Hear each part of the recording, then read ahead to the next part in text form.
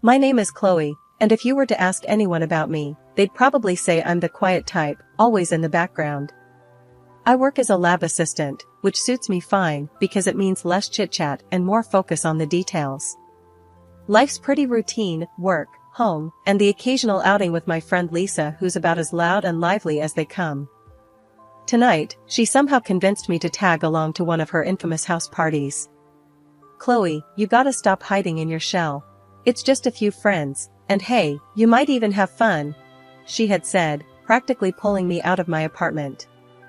As soon as we walked in, the difference between us was glaring. Lisa was in her element, her laughter filling the room as she mingled effortlessly. I, on the other hand, found myself plastered against the nearest wall, clutching a soda like a lifeline.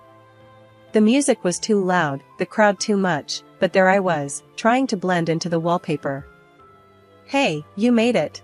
Lisa shouted over the music as she darted back to me, a guy trailing behind her. "Chloe, this is Tom." "Tom, meet my best bud, Chloe." Tom was your typical good-looking guy, tall with a smile that probably got him out of trouble more times than it should. "Nice to meet you, Chloe. Can I get you something stronger than soda? Maybe loosen you up a bit?" he joked, nodding at my drink. I managed a smile. "No, thanks. I'm good with this." Lisa winked at me, before being swept away by another group of friends, leaving me with Tom. Awkward didn't even start to cover it. "So, Chloe, Lisa tells me you're the brains of the operation at your work. A scientist, right?" Tom tried to start a conversation, leaning against the wall next to me. "Lab assistant," I corrected him, tucking a strand of hair behind my ear. "I'm not really the brain, more like the hands." Tom chuckled. "Modesty, huh? That's rare." We somehow stumbled into a real conversation. Tom was surprisingly easy to talk to, and as the night wore on, I found myself sharing little bits about my life, my love for quiet weekends, and my secret passion for old detective novels. He listened, really listened, and by the time the party started to thin out, I was actually laughing, the genuine kind that bubbles up without permission. "You know, you're nothing like I expected from Lisa's stories.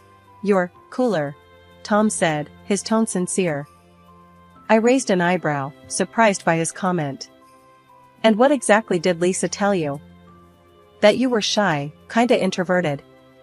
But you're just chill, not uptight. It's refreshing." His words, oddly enough, didn't feel patronizing. They felt like a compliment, and from someone like Tom, it meant a bit more than it should have. "Thanks, I guess. You're not too bad yourself, for a party animal," I teased back, realizing that I didn't want the night to end just yet. "Party animal, huh? I might quote you on that," he laughed, pulling out his phone. "Let me get your number. We should hang out, maybe somewhere quieter where you don't need to shout over the music." I hesitated for a moment, the old fears whispering that it was a bad idea, but then I typed my number into his phone. "Okay, but if you make me go to another party, we're going to have a problem," I warned him. "Deal. No parties. Maybe just a coffee or something," he promised with a smile that made me think that maybe, just maybe, stepping out of my comfort zone wasn't such a bad idea after all. Just a few months after the party where I met Tom, things had gotten pretty serious between us. I remember it was a chilly evening in late autumn when he popped the question. We were walking through the park, leaves crunching under our feet, when he suddenly stopped and looked at me with those eyes that seemed to see right through to my soul. "Chloe, I've been thinking," Tom started, fumbling a bit, which was not like him at all. He was usually so smooth. "I don't want to spend another day without knowing you're officially mine. Will you marry me?" He pulled out a small box from his pocket and opened it to reveal a simple but beautiful ring. I nodded, my voice a mere whisper. "Yes, I'll marry you." The joy on his face was unmistakable. We spent the rest of the evening talking about our future, making plans that seemed like distant dreams coming to life. But the real test came when we decided it was time to meet his parents. Tom had mentioned his folks a few times before, but he always kept the details light. When the day came, we drove out to their place in the suburbs. It was a large, imposing house that screamed of old money and pride. Tom squeezed my hand as we rang the doorbell, giving me a reassuring look. His mom, Mrs. White, opened the door. Her smile was polite but didn't reach her eyes. "Thomas, you're here. And this must be Chloe," she said, her voice smooth but cool. Mrs. White led us into a lavish sitting room where Mr. White was waiting. He was a stern-looking man with a sharp gaze that felt like it was sizing me up. "So, Chloe, Tom tells us you work in a laboratory. That must be interesting," Mr. White said, his tone making it clear he was less than impressed. "It's rewarding work," I replied, trying to keep my voice steady despite the judgment I could feel weighing down each word.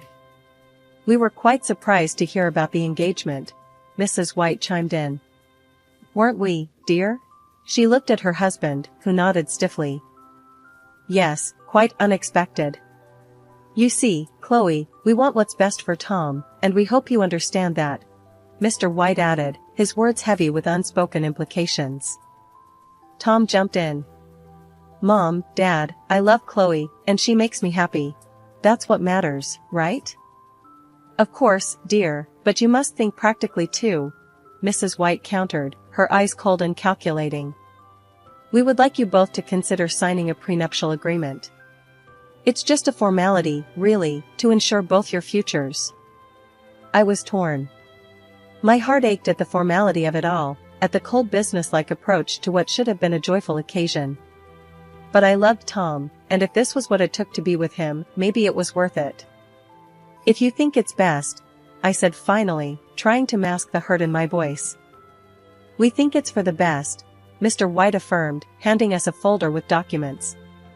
"Have a look and let us know your thoughts." The drive back was quiet. I kept thinking about the papers in my lap. But love, I figured, was worth a shot, even if it meant signing a piece of paper to prove it. It was a crisp morning in early spring when we tied the knot. The ceremony was to be held in a small local church with just a few close friends and family members. I remember standing in front of a small mirror in a modest white dress that Lisa had helped me pick out, feeling a mix of excitement and nervousness. "Girl, you look stunning. Tom won't know what hit him," Lisa exclaimed as she adjusted my veil. Her energy was infectious, and for a moment it eased my nerves. "Yeah, I just hope everything goes smoothly," I replied, trying to sound more confident than I felt. "Don't sweat it. It's your day. Just focus on you and Tom," she advised, giving me a reassuring pat on the shoulder. The ceremony itself was short and sweet. Tom looked handsome in his suit, and when he saw me walking down the aisle, his smile was all the assurance I needed. We exchanged vows, simple yet heartfelt. When the officiant pronounced us man and wife, and Tom kissed me, there was polite applause. It all felt right, despite everything. At the reception, which was really just a small gathering at a nearby restaurant, Tom's parents were distant. Tom's father, Mr. White, made a short toast. "We're here to celebrate Tom and Chloe," he began, his voice devoid of warmth. "May your union bring you the happiness you seek." It was so formal and cold that it might as well have been a business transaction. But I focused on the people who were genuinely happy for us, like Lisa, who was already on her third glass of champagne and narrating how we'd met to anyone who would listen. The day ended, and with it, our simple but meaningful wedding wrapped up. We drove to our new home, Tom's place, where I'd move in. It was a nice house, not too far from his parents, which I soon found out meant his mom, Mrs. White, was over a lot. Each time she visited, she made it a point to casually mention how everything in the house was Tom's and how, in case of a divorce, I couldn't claim any of it. "Remember, Chloe, none of this is yours," she'd say, her voice dripping with a faux kindness that made my skin crawl. I would just smile awkwardly, trying to hide how uncomfortable it made me feel. Tom would laugh it off every time, hugging me slightly. "Mom's just joking around. Don't take her seriously," he'd chuckle, but his laughter never quite reached his eyes. It was clear this was her way of reminding me of my place, making sure I knew that I was an outsider. But I kept hoping things would get better, that maybe, just maybe, Tom would eventually see how his mother's words were chipping away at our newlywed bliss. I tried to make the best of things, focusing on setting up our space, hoping it could feel like ours, not just Tom's. But no matter how hard I tried, Tom's parents, especially his mom, Mrs. White, made it difficult. "Chloe, dear, why don't you rearrange these dishes? They should be organized better," Mrs. White would say during her frequent visits, her tone patronizing as she inspected the kitchen cabinets that I had just tidied up. I would force a polite smile, my hands tightening around the edge of the countertop. "Of course, I'll take care of it," I'd respond, trying to keep the frustration out of my voice. Tom usually shrugged off his mother's comments. "She just likes things a certain way, you know how it is," he'd tell me, dismissing it all too quickly. But it wasn't just about the dishes. It felt like nothing I did was right. One evening, while Tom and I were trying to enjoy a quiet dinner, his dad, Mr. White, dropped by unannounced. "Watching your spending, I hope. Remember, it's Tom's money paying for all this," he commented nonchalantly as he looked over the spread on the table. I bit my lip, feeling the sting of his words. "We're careful with our budget," I said, keeping my voice even. But the digs didn't stop there. Every chance they got, Tom's parents reminded me of my place. "Just make sure you keep the house clean for Tom. He works so hard, he shouldn't have to worry about coming home to a mess," Mrs. White would say, her words laced with a venom disguised as concern. And it wasn't just behind closed doors. Even in public, they had a way of belittling me. At a family gathering, I overheard Mrs. White talking to a relative. "You know, Chloe doesn't earn much. Pretty much lives off you, doesn't she, Tom?" The interference from Tom's parents didn't stop at comments. They started acting like the house was theirs too.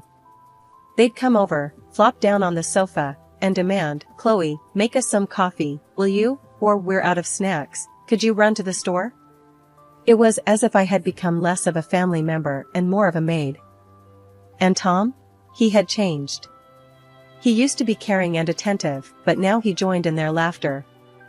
One day, while folding laundry, he said, "You do fold these all wrong, Chloe.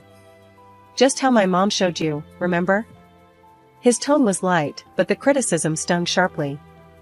His parents laughed along with him, and Mr. White added, "She's got to learn somehow. You can't baby her forever, Tom." The worst part was how Tom criticized everything about me, from the way I managed the house to my choice of clothes. "You're going out in that?" he'd ask, his look one of disapproval as he eyed my casual jeans and t-shirt. I felt like I was losing not just the battle to win over his parents, but also the man I thought I had married. The man who had once looked at me with love now scrutinized me with the same critical eyes as his parents. Each day grew harder, the atmosphere at home more suffocating. I started to dread waking up in the morning, knowing I'd face another day of veiled insults and open disdain. The stress of living under constant scrutiny and disdain had taken its toll on me. I began losing weight, my nights were restless, and my days were long battles with anxiety. It all came to a head one morning at work when I collapsed right there among the test tubes and beakers in my lab. I woke up in the hospital, the sterile white of the room blinding me at first. I felt a dull ache in my stomach, and my head was spinning. As I tried to sit up, a nurse rushed over. "Take it easy, Chloe.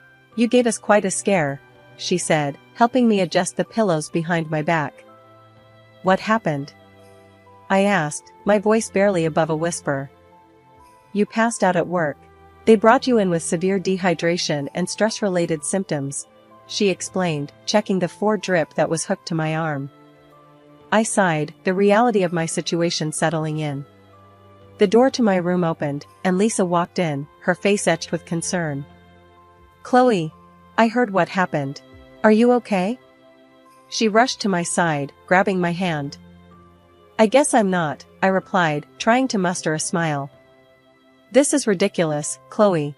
You can't go on like this," Lisa said, her voice stern, filled with worry. I knew she was right, but the thought of going back to that house, to face Tom and his parents again, filled me with dread. I just nodded, not trusting my voice. The next day, as I lay there flipping through a magazine, a man in a suit appeared at my doorway. Chloe Roberts? He asked, stepping into the room. Yes, that's me. Can I help you? I was puzzled. I didn't recognize him. I'm Mr. Harris, a notary. I have some unexpected news for you. You've been named as the sole heiress to your great-uncle's estate. He passed away last month, and it seems you are to inherit $20 million, he announced, holding out a stack of documents. I blinked, sure that I had misheard him. I'm sorry, come again? Did you say $20 million? Yes, Miss Roberts. It's all here in the documents. Your great-uncle left everything to you, Mr. Harris confirmed, handing me the papers. I was in shock. But I barely knew him. Nevertheless, he remembered you. If you have any questions or need assistance with the inheritance process, I'm here to help, he offered. The news was overwhelming. As Mr. Harris left, my mind raced with the implications. My phone beeped with a text from Tom, the first since I'd been hospitalized. Hey, heard about your uncle. Sorry for your loss. How are you feeling? The message read. I stared at the screen, my emotions a tangled mess. Here I was, suddenly wealthy, and yet, I felt more alone than ever. Getting better. I texted back, not quite ready to share the news of the inheritance. Later that evening, as I lay in the hospital bed, the weight of the day's revelations pressing down on me, I made a decision. I couldn't go back to my old life, not now. With this inheritance, I had the means to change everything. The thought was both terrifying and exhilarating. I was still processing the shock when Tom and his parents came to visit. They hadn't been by since I was admitted, which spoke volumes. But today, they were all smiles and concern. Tom walked in first, his parents trailing behind him. Hey, Chloe, how are you feeling today? He asked, his voice a tad too sweet. I adjusted myself up in bed. Better, thanks, I replied, watching them carefully. Mrs. White came over to my side, her voice dripping with a concern that didn't reach her eyes. Oh, Chloe, we've been so worried about you, she said, her hand brushing mine. That's kind of you, I said, pulling my hand back subtly. Mr. White stood at the foot of my bed, his arms crossed. Yes, well, we're family. We take care of our own, he added, though it felt like a rehearsed line. Tom sat down next to me, taking my hand again. We just want to make sure you're taken care of, that's all, he said, squeezing my hand. I nodded, feeling the weight of their stares. They seemed unusually attentive. I appreciate that. As their visit dragged on, their questions began to veer towards my health in a way that felt more invasive than concerned. So, when do the doctors say you can leave the hospital? Mrs. White asked, peering at me closely. Soon, I hope. I'm starting to feel a lot better, I replied, wary of revealing too much. After a few more minutes of strained conversation, they left, promising to return soon. I lay back, a sense of unease settling over me. Their visit felt off, their questions too pointed. Curious and cautious, after they left, I decided to see for myself what they were up to. I quietly got dressed and followed them at a distance as they walked toward the parking lot. Hidden by the corner of the building, I overheard their conversation.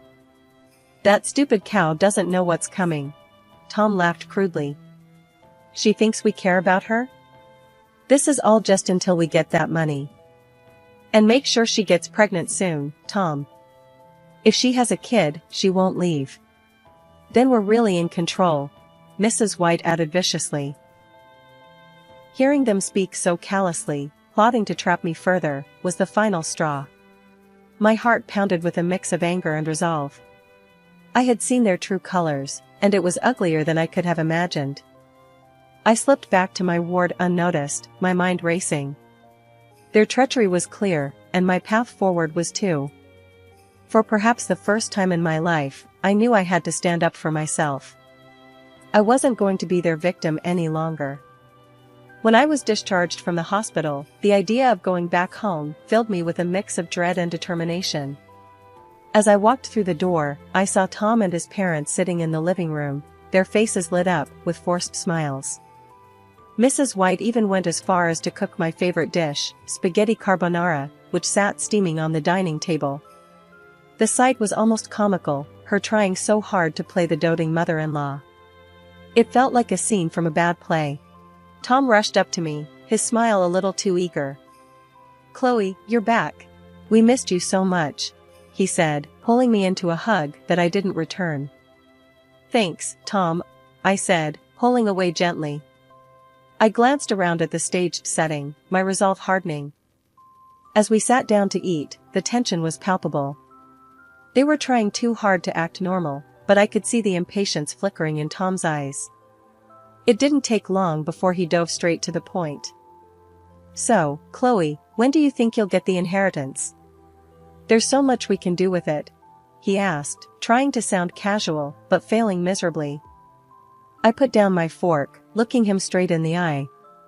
"Tom, it doesn't concern you." "Because I'm filing for divorce," I stated calmly, sliding the divorce papers across the table towards him.